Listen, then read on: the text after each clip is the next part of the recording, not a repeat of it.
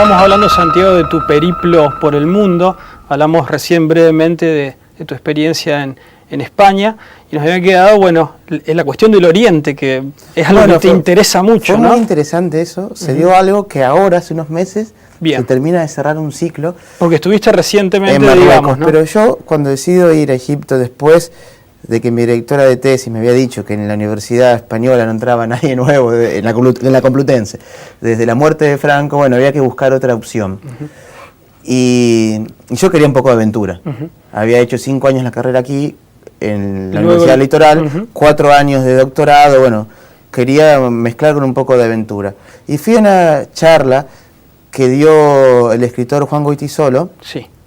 A quien entrevistaste. A quien entrevisté hace unos meses. Sí.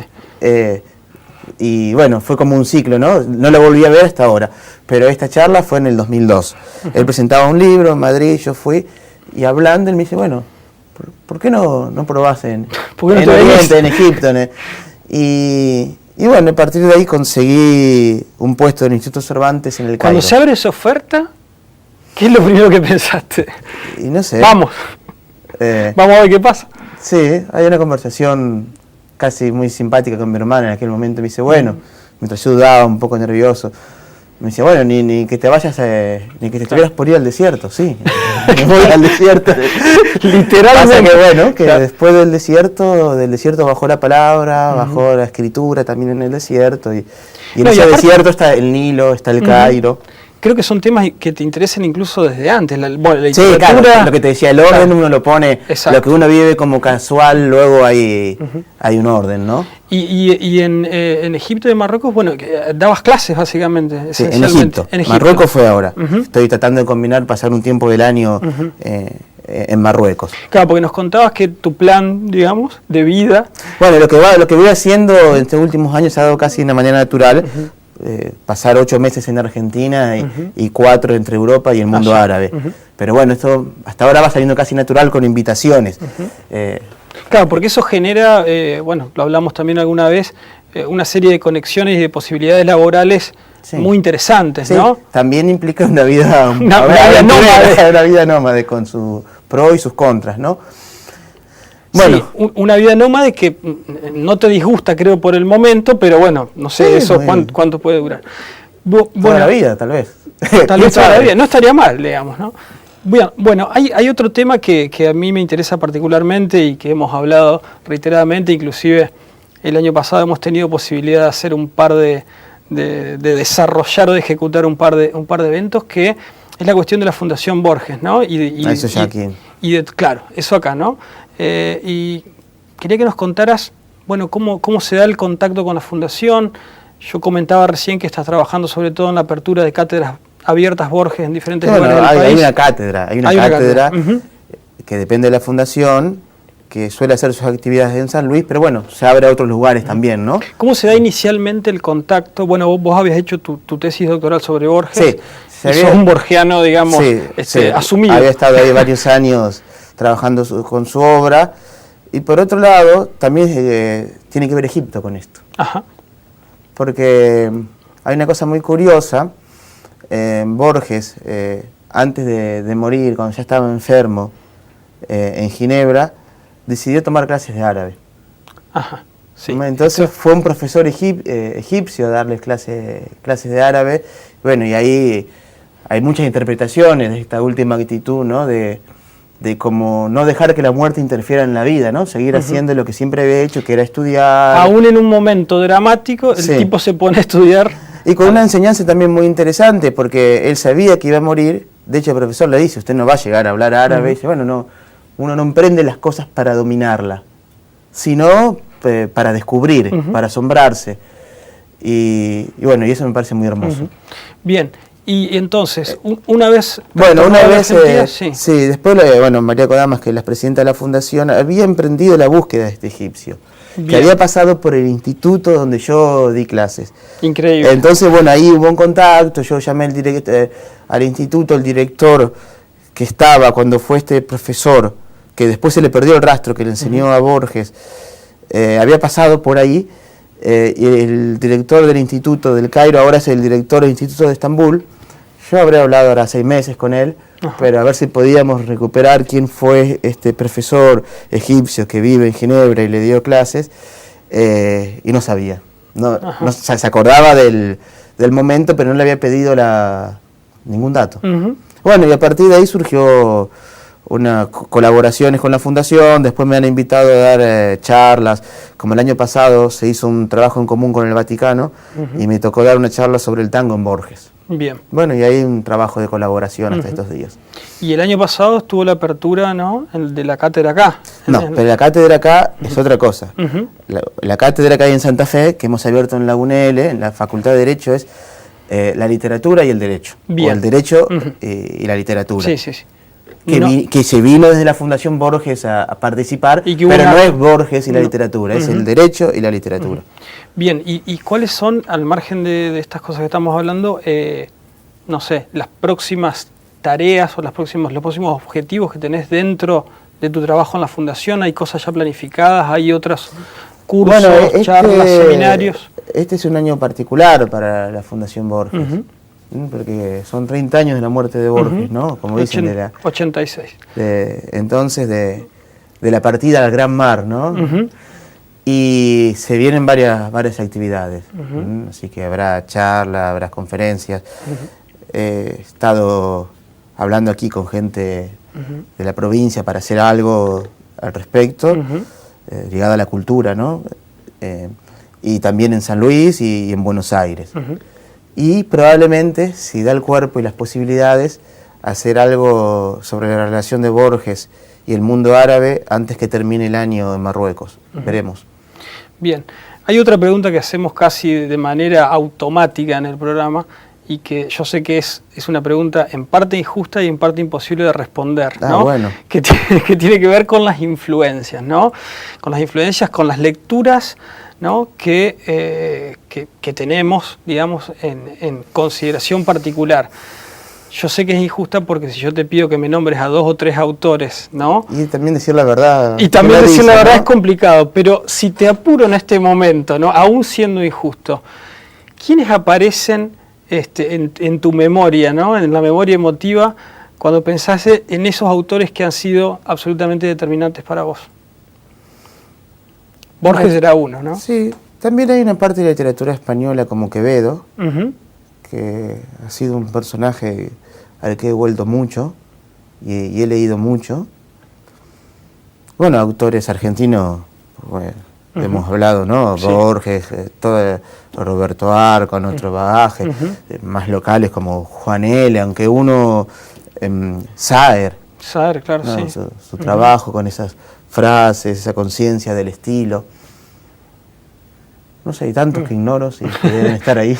Bien, y hay otra pregunta que viene como un apéndice de esta, que es, ¿qué estás leyendo ahora, en este momento? ¿Qué estoy leyendo ahora, en este momento? ¿Con qué te estás entreteniendo?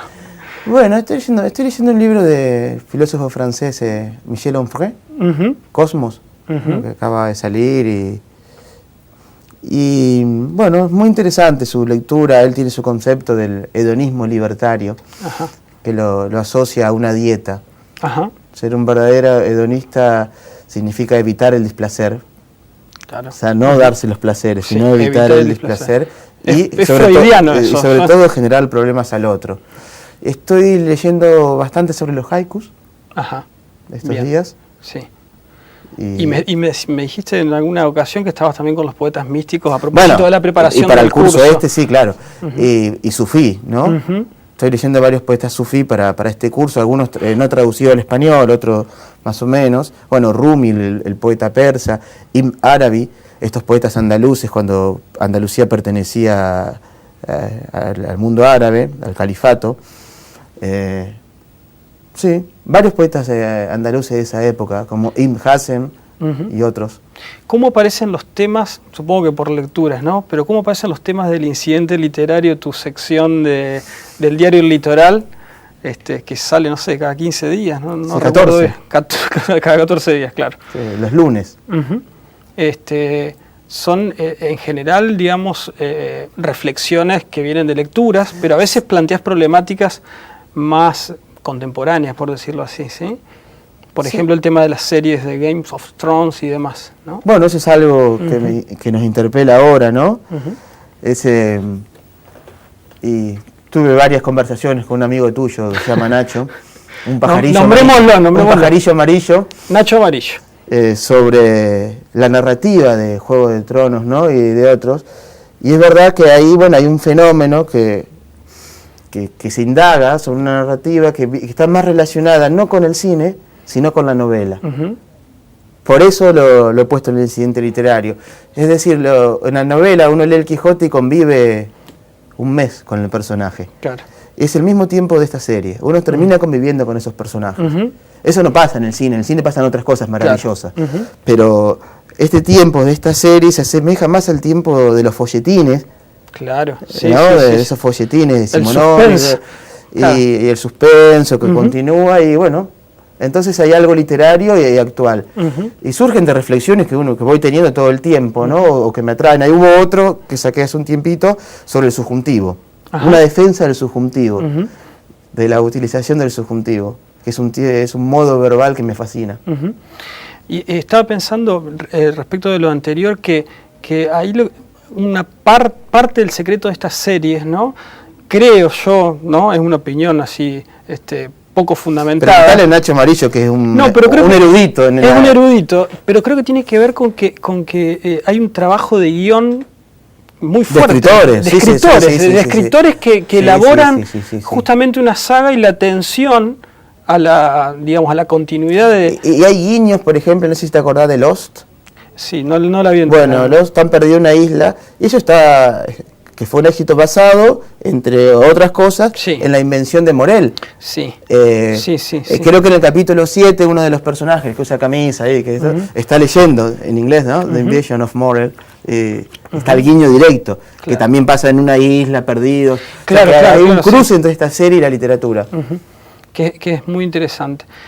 Bien, ¿en qué estás trabajando ahora? Digamos, ¿cuál sería, digamos, el proyecto para el próximo libro? ¿No? Habría algo de cábala de que uno suele contar lo que no está haciendo, cosas para no arruinar lo que no se puede mencionar. No se puede mencionar. Estoy con algunos textos poéticos terminando algo, por eso ya lo digo. Y una especie, hay un personaje narrativo que está surgiendo. Si querés te puedo dar el nombre, vamos a ver, que sería algo irónico, que sería Lorenzo de las Pampas, en lugar de Lorenz de Arabia. Es lo que te puedo decir. Bien. Y a nivel, cursos, clases, conferencias, ¿tenés algo ya programado? Bueno, tengo estos cursos que dar ahora. Tengo que dar un curso sobre la gauchesca en San Luis y preparar algo sobre el mundo árabe en Borges. Bien. Suficiente como para entretenerme ese tiempo. Y digamos, con fecha a determinar, que va a haber una presentación de Y su sombrero verde, esperemos, ¿no? Tal vez sea la Limón. Tal vez sea la Limón, ¿no?